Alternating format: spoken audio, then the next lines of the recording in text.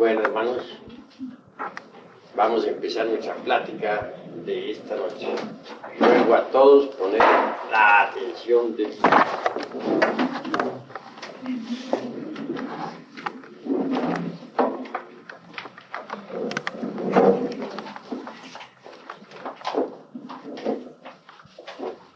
todo caso, el sentido de la plática de esta noche significa que nosotros no debemos dejarnos llevar de las apariencias. Debemos no dejarnos fascinar por las distintas escenas de la vida. La vida es como una película.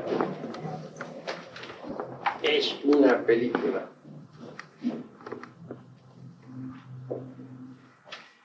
Compuesta, como es natural, por muchos cuadros, escenas. No conviene en modo alguno identificarnos con ninguna escena, con ningún cuadro, con ninguna apariencia. Porque todo pasa. Pasan las personas, pasan las cosas, pasan las ideas. Todo en el mundo es ilusorio. Cualquier escena de la vida, por muy fuerte que ella sea, pasa y queda atrás en el tiempo. Lo que nos debe interesar a nosotros es eso que se llama el ser, la conciencia. He ahí lo fundamental. Porque el ser no pasa. El ser es el ser. Y la razón de ser del ser es el mismo ser. Cuando nosotros nos identificamos con las distintas comedias, dramas y tragedias de la vida, es obvio que caemos en la fascinación y en la inconsciencia del sueño psicológico. He ahí el motivo por el cual no debemos identificarnos con ninguna comedia, drama o tragedia de la vida. Porque por muy grave que sea, pasa. Hay un dicho vulgar que reza así: no hay mal que dure 100 años, ni cuerpo que lo resista. Así que todo es ilusorio, pasajero. Uno a veces en la vida se encuentra con algunos problemas difíciles. Sucede que a veces no encuentra uno en la vida dijéramos la salida, la solución al problema. Y este se vuelve enorme, monstruoso, gigantesco ante nuestra mente. Entonces sucumbe uno entre las preocupaciones. Dice, ¿cómo haré? ¿Qué haré? No le encuentra escapatoria. Y el problema, a medida que se analiza, se vuelve más y más monstruoso, enorme y gigantesco. Pero llega el día Y si nosotros afrontamos el problema tal cual es decir, si agarramos el toro por los cuernos, como se dice, vemos que el problema queda en nada, se destruye por sí mismo, es de naturaleza ilusoria. Mas suele cualquier problema tomar tales proporciones. Su realismo se vuelve tan crudo ante nuestra mente que en verdad no se le encuentra salida por ninguna parte. Siente uno que sucumbe ante el mismo, que en modo alguno se vuelve soluble. Pero si uno se le enfrenta al problema, verá que es ilusorio. ¿Y qué pasa? Como todo tiene que pasar, y al fin queda en nada.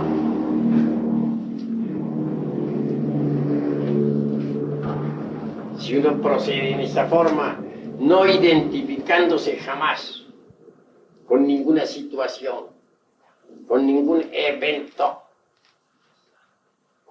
logrará estar siempre alerta y vigilante, como el vigía en época de guerra. Y es en ese estado de alerta donde uno descubre sus defectos psicológicos. Defecto descubierto debe ser comprendido y después eliminado. La mente por sí misma no puede alterar ningún defecto psicológico. La mente solo puede rotularlos, cambiar cualquier defecto, pasándolo de un nivel a otro, mas jamás alterarlo radicalmente. Se necesita de un poder que sea superior a la mente, y ese poder existe en nosotros. Quiero referirme en forma enfática a la Divina Madre Kundalini. Si uno ha comprendido que tiene tal o cual defecto, si lo ha entendido íntegramente y en todos los niveles de la mente, entonces puede concentrarse en Devi Kundalini Chakti. Y mediante ella podemos eliminar cualquier defecto de tipo psicológico. Kundalini es la Divina Madre Cósmica. En las religiones se le ha representado como María, o como Tonantzin, Maraj, Rea, Cibeles, Adonía, Insoberta, etc. La Madre Cósmica, la Madre Divina. Ella en sí misma es una parte de nuestro propio ser, pero derivado. Quiero decir con esto que la Madre Cósmica está dentro de nosotros mismos, aquí y ahora. Y si nosotros imploramos a ese poder, si pedimos a la Madre Divina, elimine de nuestra psiquis cualquier defecto de tipo psicológico, ella así lo hará.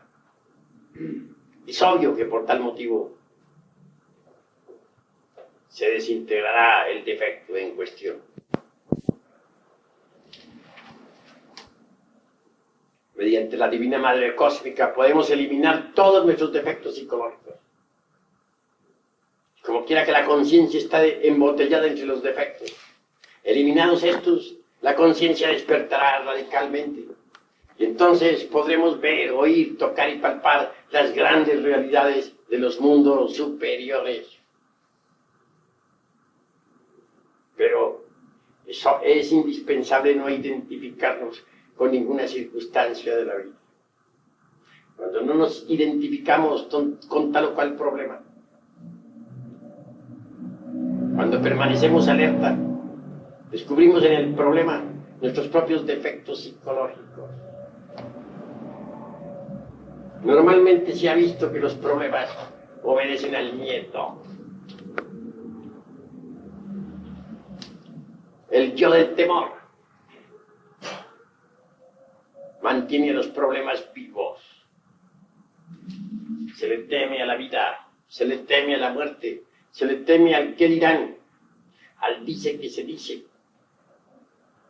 a la miseria, al hambre, a la desnudez, a la cárcel, a todo se le teme. Y debido a esto, los problemas se hacen cada vez más insolubles, más fuertes. En un problema económico, ¿qué tememos? La ruina. O el que tengamos que pagar determinada deuda. O el que si no pagamos nos meten a la cárcel. Etcétera.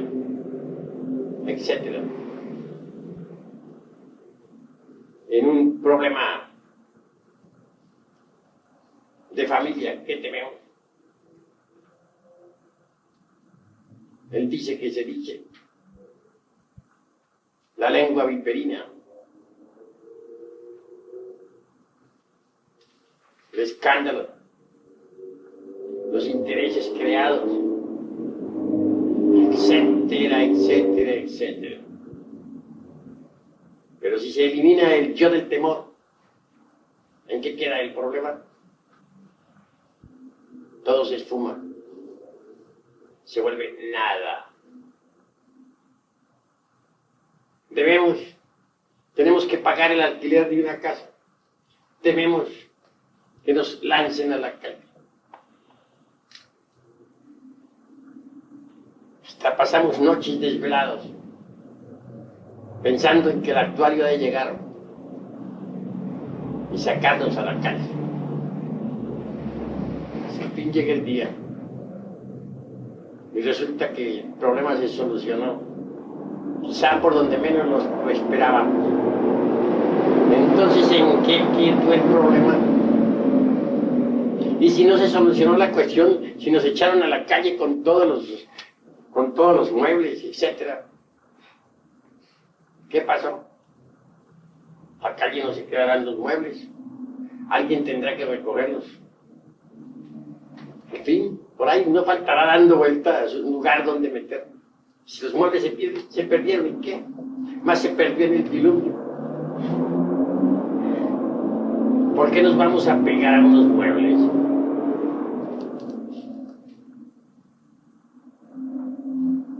Después pasó el problema. Por ahí quedamos viviendo en algún lugar. Y el problema quedó atrás en el tiempo. ¿Qué se hizo el problema? No olviden ustedes que todo pasa. Pasan las ideas, pasan las personas, pasan las cosas. Todo en este mundo es fugaz e ilusorio. No podemos y no debemos identificarnos con las apariencias, porque las apariencias engañan. Eso es obvio. Pensemos en los estados de conciencia. Y eso es superlativo.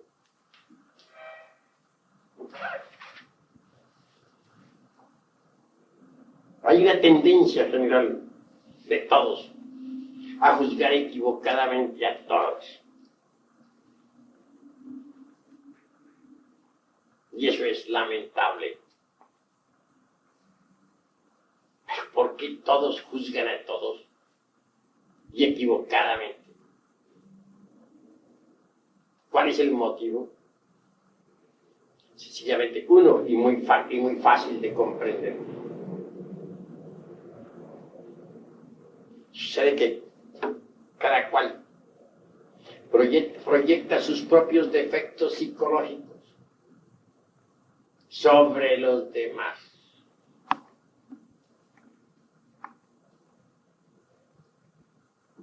Cada cual ve en el prójimo sus propios defectos.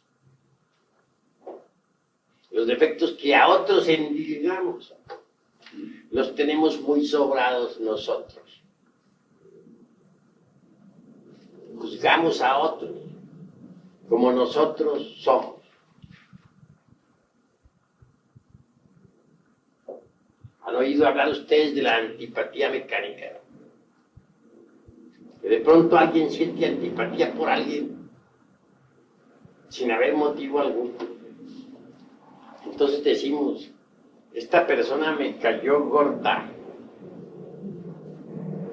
Frase muy típica que usamos.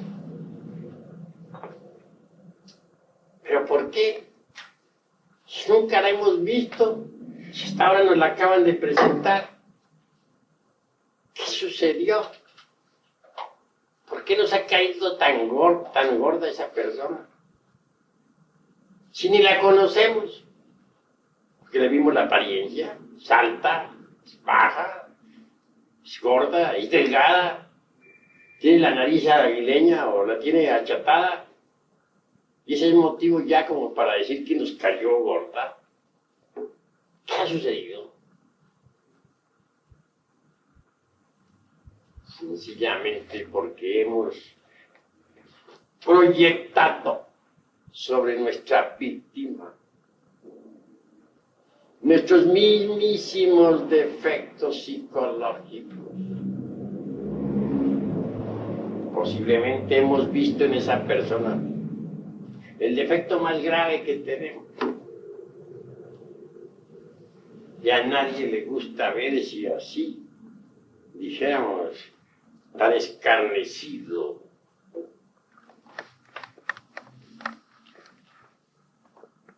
La realidad de los hechos es que tal persona se ha convertido en el espejo, donde nosotros nos vemos a sí mismos tal cual somos. Si estamos alertas, si no nos identificamos con el evento, con la persona aquella que nos cae tan gorda, si en vez de estarla criticando, nos autocriticamos, nos autoobservamos, a ver qué es lo que está pasando, descubriremos que un defecto nuestro, nacido de ayer o de antier, o quién sabe de qué tiempo atrás, o tal vez o de otras existencias, se ha reflejado en aquella persona. Y por eso nos cae tan gorda. He ahí lo que es la antipatía mecánica, absurda en un 100%. Nosotros necesitamos aprender a vivir políticamente. El ser humano, ante todo, es un ente político, un animal político. Y el mismo hombre es un hombre político. Si uno no sabe vivir políticamente, se crea problemas en la vida. Uno tiene que aprender a vivir políticamente. Y en vez de sentir antipatías mecánicas, vale la pena que nos investiguemos a sí mismos. Que en verdad que proyectamos nuestros propios defectos psicológicos sobre los demás. ¿Por qué juzgamos equivocadamente al prójimo? ¿Por qué todos tenemos tendencia a ver los defectos en el prójimo? Toda clase de defectos. Sencillamente porque proyectamos en el prójimo nuestros propios defectos. Juzgamos equivocadamente. Suponemos que fulano es así o asá. Y resulta que ni es así ni es asá. Es completamente diferente y nuestro juicio resulta equivocado, falso.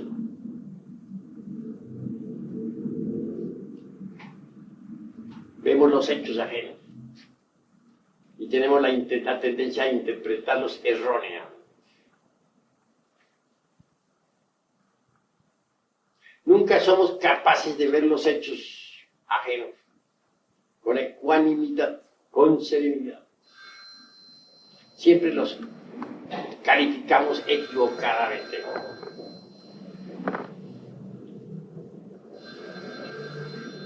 Recuerden ustedes que hay mucha virtud en los malvados y que hay mucha maldad en los virtuosos. Los defectos que cargamos en nuestro interior los vuelven injustos para con el prójimo.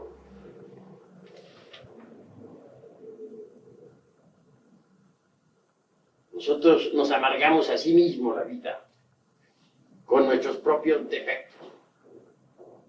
Y lo más grave, se la amargamos a los demás.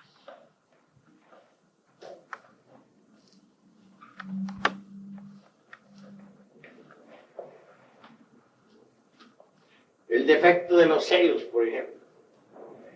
¿Cuánto daño ha hecho? Existen celos políticos, existen celos de tipo religioso, celos de tipo profesional,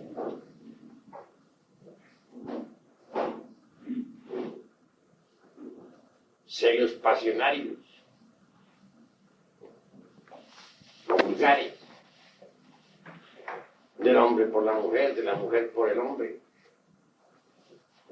etcétera, etcétera, etcétera. Ese es un yo, el yo de los celos. Y es ciego, no sabe de lógica, no sabe del razonamiento, no entiende nada de ciencia, ni escucha razones. ¿Cuántos casos de muerte se ven por los celos? Los celos profesionales, ¿cuánto daño hacen? Algunos curanderos magníficos que sabían sanar de las enfermedades al prójimo, magníficos botánicos, muchas veces fueron a dar a la cárcel. ¿Quién los metió en prisión si no estaban haciendo mal a nadie? Si solo sanaban al prójimo. Los celos profesionales. ¿De quién? De sus colegas titulados.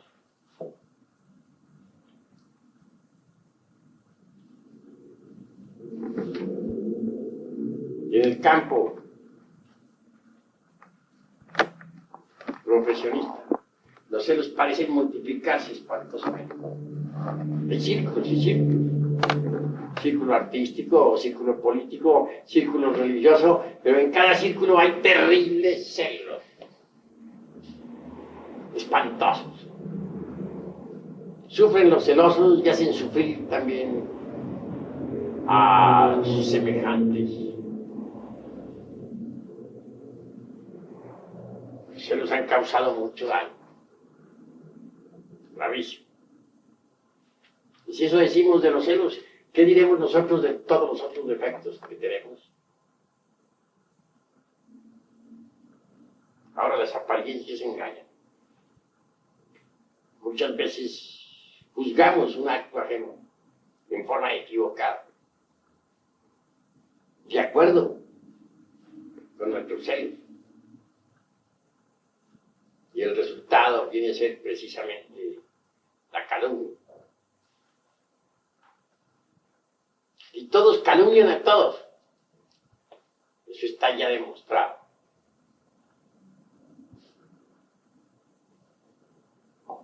Hay tendencia siempre a dejarnos llevar de las apariencias. Determinado acto puede ser juzgado en una forma y la realidad correspondiente al mismo es otra. Un hecho cualquiera podría ser juzgado en determinada forma y de cierto modo, y no coincide el juicio con el hecho. Y resulta que el hecho tiene otro sentido diferente al juicio. Entonces el juicio sale equivocado. Al haber juicio equivocado, se ofende al prójimo. Y quien emite el juicio equivocado también se ofende a sí mismo. Se causa dolor. Saber vivir es muy difícil, porque vivimos en un mundo de apariencias. ilusorios. Y tenemos la tendencia siempre a identificarnos con las apariencias, olvidando lo esencial, que es el ser. He ahí lo grave. En nosotros, dentro de nosotros, existen factores psicológicos espantosos que ignoramos y que jamás admitiríamos tener. Ante todo deben recordar ustedes que el yo no es algo, dijéramos, perenne, que el yo es una suma y también una resta, una multiplicación y una división de elementos inhumanos. Cada elemento de esos es un yo. Así pues, no tenemos un solo yo, tenemos muchos yos. Nuestro yo es pluralizado, no singularizado. Y eso es algo que ustedes deben comprender. Porque existe el yo temo, el yo amo, el yo odio, el yo envidio, el yo tengo celos, el yo tengo coraje, etcétera, etcétera, etcétera. Cada uno de esos yoes tiene tres cerebros. El intelectual, ubicado en la cabeza, el emocional en el corazón y el motor instintivo sexual en la espina dorsal. Cada uno de esos yoes es una persona diferente. Así pues tenemos muchas personas viviendo dentro de nuestra persona. Lo más grave es que la conciencia, lo más digno, lo más decente que hay en nosotros, está embotellado entre todas esas personas internas que cargamos. Y se procesa la conciencia en esa forma, de modo subconsciente, en virtud de su propio condicionamiento. Es decir, está dormida. Y ahí lo grave. Si tenemos la conciencia dormida, ¿cómo podríamos en verdad conocernos a sí mismos? Ahora, ¿creen ustedes acaso que alguien que no se conoce a sí mismo puede conocer a los demás? Si a sí mismos no nos conocemos, ¿cómo podríamos afirmar nosotros que conocemos a los demás? Que conocemos a nuestros amigos, que conocemos a las gentes. Si queremos conocer a los demás, hemos de empezar por conocernos a sí mismos. Somos necios. No conociéndonos a sí mismos, creemos que conocemos a los demás. Cuán necios somos, cuán absurdos. Si nos conociéramos a sí mismos, todo sería distinto. Desgraciadamente, no nos conocemos a sí mismos. Si un hombre no se conoce a sí mismo, si no conoce sus propios mundos internos, ¿cómo podría conocer los mundos internos del planeta Tierra? ¿O cómo podría conocer los mundos internos del sistema solar o de la galaxia en que vivimos? Si alguien quiere conocer los mundos internos de la Tierra o del sistema solar o de la galaxia o de las galaxias, debe empezar por conocer sus propios mundos internos. Empezar por conocerse a sí mismo. ¿Cómo podríamos conocernos a sí mismos si no dirigimos jamás la inteligencia hacia el interior? Si no nos acordamos nunca de nosotros mismos, debido a que estamos identificados precisamente con las apariencias de la vida. ¿Cómo podríamos conocernos a sí mismos si jamás dirigimos la inteligencia hacia adentro, debido a que estamos fascinados por los distintos eventos, sucesos, acontecimientos que llegan a nosotros? ¿Cómo podríamos conocernos a sí mismos si nunca dirigimos la conciencia hacia adentro? Se evita que los múltiples problemas de la existencia nos tienen atrapados, los vemos insolubles, creemos que son eternos, no nos damos cuenta de que tienen un principio y que tienen un fin. Nosotros estamos atrapados por lo que es inestable, por lo que no tiene verdadera realidad. Estamos metidos dentro de una máquina que gira incesantemente. Juzgamos a los demás de acuerdo como somos.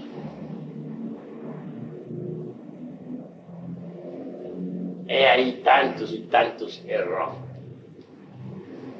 Y no coinciden nuestros juicios con los eventos que malinterpretamos, sean estos propios o ajenos.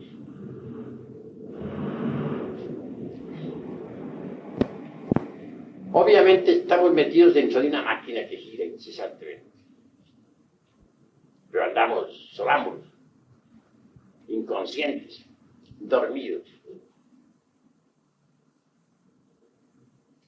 Nada sabemos sobre sí mismos, porque nunca nos acordamos de sí mismos, de nuestro propio ser. Tenemos la mente demasiado ocupada en las cosas ilusorias,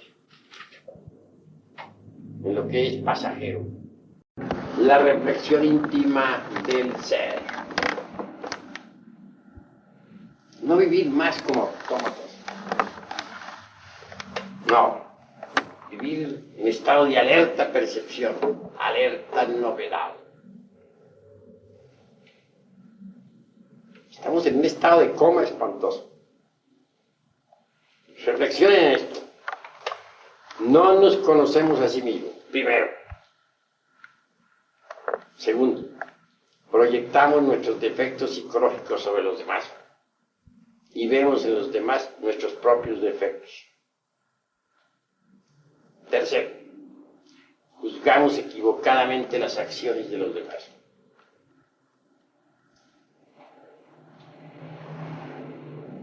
Cuarto, tales acciones no coinciden con el juicio que nosotros emitimos. Quinto, el juicio que nosotros emitimos es en verdad el propio defecto psicológico que sobre el prójimo hemos proyectado. Conclusión, el prójimo nos está sirviendo de espejo,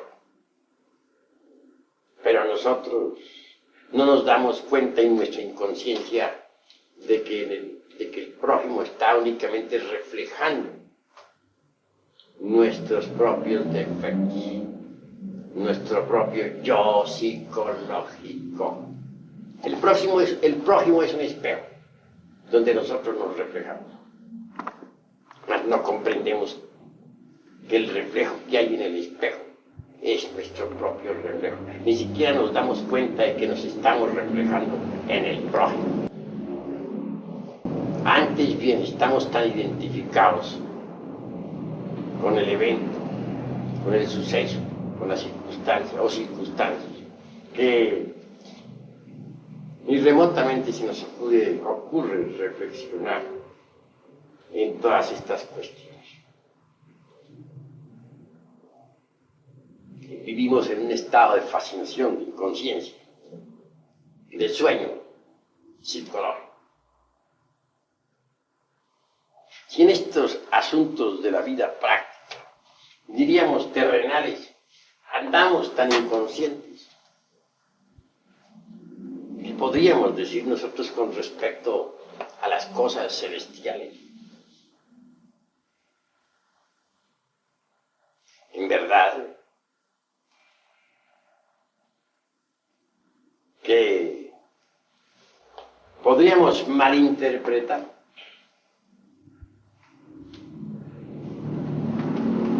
todos los postulados de la ciencia hermética. Podríamos malinterpretar debido a nuestros juicios erróneos las actitudes de los otros iniciados, la vida de los adeptos,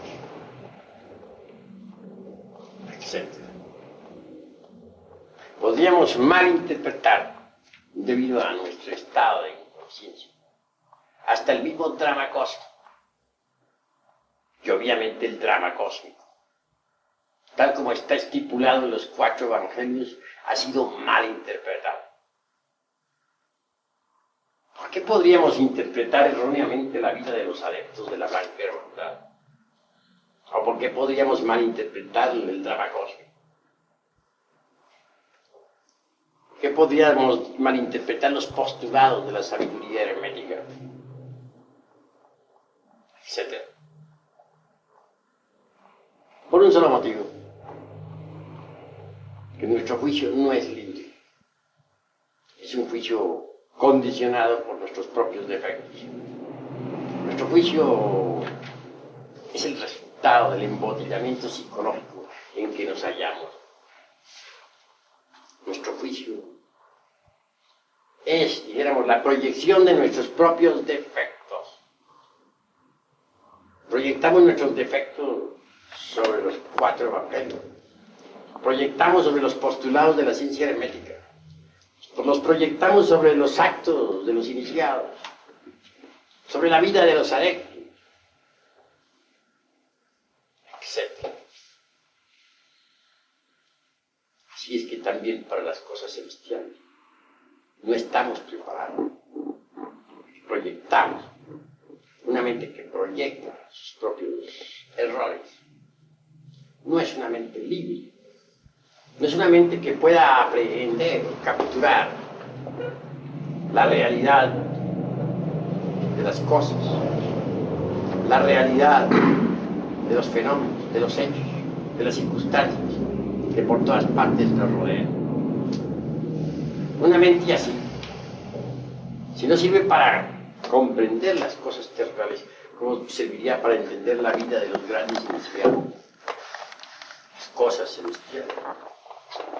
Incuestionablemente fallaría, porque si lo terrenal no se puede entender, mucho menos lo celestial. Así que creo yo que lo vital en la vida es no dejarnos llevar de las apariencias, no dejarnos capturar por los eventos, las circunstancias. Antes bien estar alertas para descubrir en tales eventos nuestros propios defectos de tipo psicológico. Cada circunstancia de la vida, sea esta en la casa, en la calle, en donde sea, nos brinda maravillosas oportunidades. Que si estamos alertas y vigilantes como el vigía en época de guerra, logramos aprehender nuestros propios defectos que se proyectan sobre el prójimo.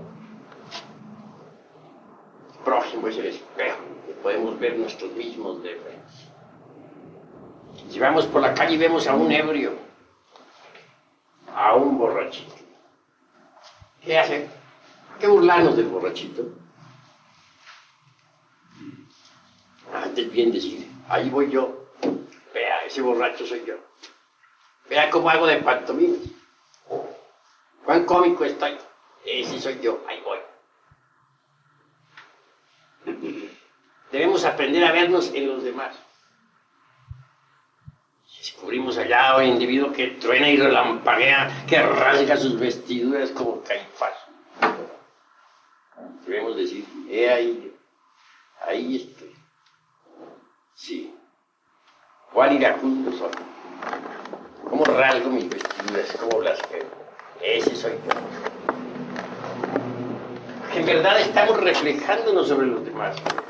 El prójimo nos estamos reflejando. Tal, podrían ustedes decirme en forma enfática, tal vez objetar. No, yo no soy ladrón. Yo no soy un asaltador de casas.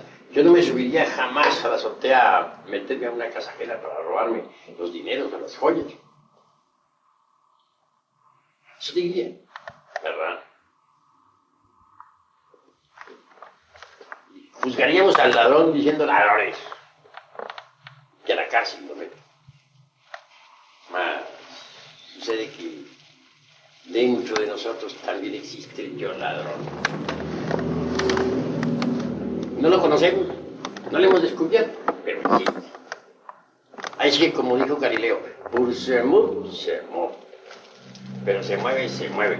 Cuando a Galileo le preguntaron, ¿jura usted que la Tierra no es redonda y no se mueve? Entonces dijo, juro, por se mueve. Es decir, pero se mueve. Lo juro, pero se mueve. Así dijo Galileo. Se evitó de que lo quemaran vivo en la hoguera de la Inquisición. Así. Podemos decir que nosotros no tenemos el yo del robo. Habrán entre ustedes personas tan honradas que sean incapaces de quitarle un quinto a nadie. Y sin embargo tiene el yo del robo. Increíble. Algún día lo descubrirán. ¿Quién podría pensar que, por ejemplo, una dama virtuosa, magnífica esposa, por ejemplo, tenga un yo de prostitución? ¿Posible? O no vamos tan allá. Pensemos en una niña pequeña, que es todavía más escandalosa.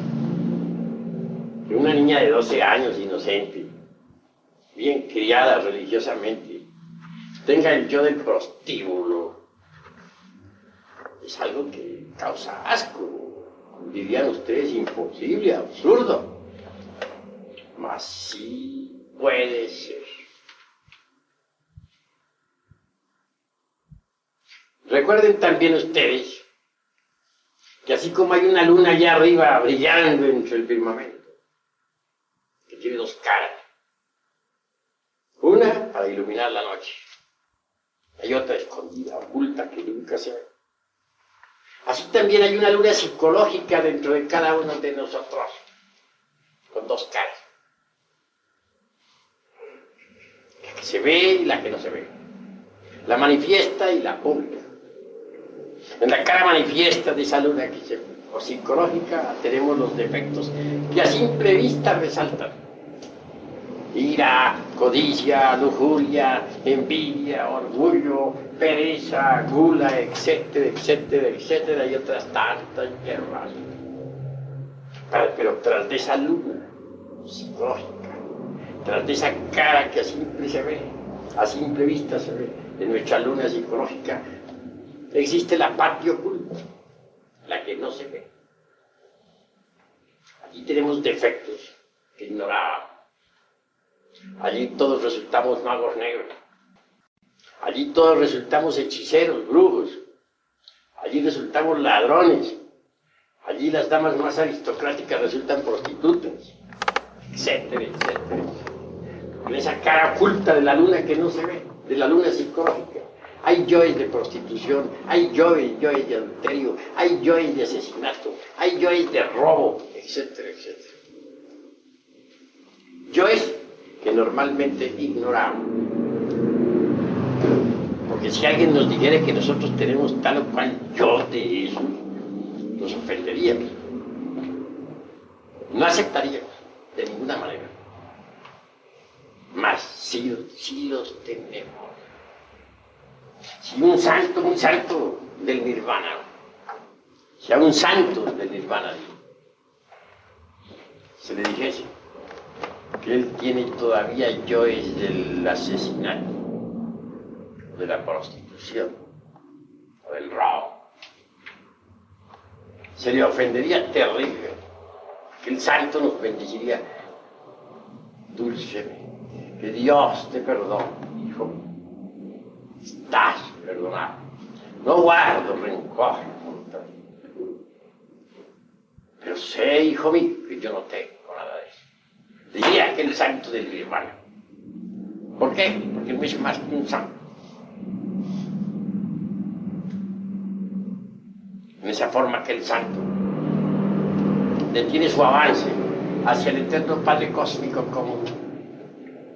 Y muchos son los santos que así están detenidos en su avance. Que en verdad son aunque sean del nirvana, en la cara oculta de la luna que no se ve, en esa cara oculta de la luna psicológica, cargan todos esos yoes. Y esto es lo que no entienden muchos. Esto es en verdad lo grave. Todos tenemos la tendencia a justificar, a dejarnos llevar por las apariencias. En cuanto a lo que a mí se refiere, ni soy santo, ni me interesa ser santo. ¿Por qué no me interesa ser santo? Porque me detendría en mi progreso esotérico. Sé muy bien que en la parte oculta de mi luna psicológica tienen que existir, indubitablemente existen, yoes de tiempos antiguos, escondidos entre las tinieblas. Son fe. Sé también que solo penetrando heroicamente con la espada en la mano en esa zona de nuestra luna psicológica podremos en realidad de verdad eliminar tales defectos. Mas esto es muy avanzado. Normalmente las gentes pueden eliminar los defectos de esa parte de la luna psicológica, esos defectos que resaltan, que a simple vista se ven. Ya cuando se trata de penetrar en la parte oculta de la luna psicológica, en la parte escondida, pues se requiere un esfuerzo mayor. Eso pertenece ya a la iniciación de Judas. Corresponde a la pasión por el Señor. Nadie podría penetrar en esas zonas si no empuñara la lanza en la forja de los ciclos, es decir, en la novena esfera. Misterios, sí, muy grandes. El santo no llega tan lejos. Se contenta con eliminar los yoes defectos que posee en la cara visible de su luna psicológica. Luego, se beatifica. De ahí no pasa. Y entonces se estanca. He ahí el motivo por el cual yo no soy santo, ni quiero ser santo. Únicamente amo la comprensión. Y eso es lo fundamental. La comprensión de sí mismo. En realidad, de verdad, el adepto está más allá de los santos. Cuando alguien dijo los santos maestros, ese alguien está equivocado. Porque los maestros están más allá de los santos. Primero está el profano, luego el santo y después el maestro. El maestro está más allá de la esfera de los santos. En el maestro está la sapiencia. Mas es posible juzgar equivocadamente a los maestros, a los adeptos. Tenemos siempre la tendencia a proyectar hasta sobre los adeptos nuestros propios defectos de tipo psicológico.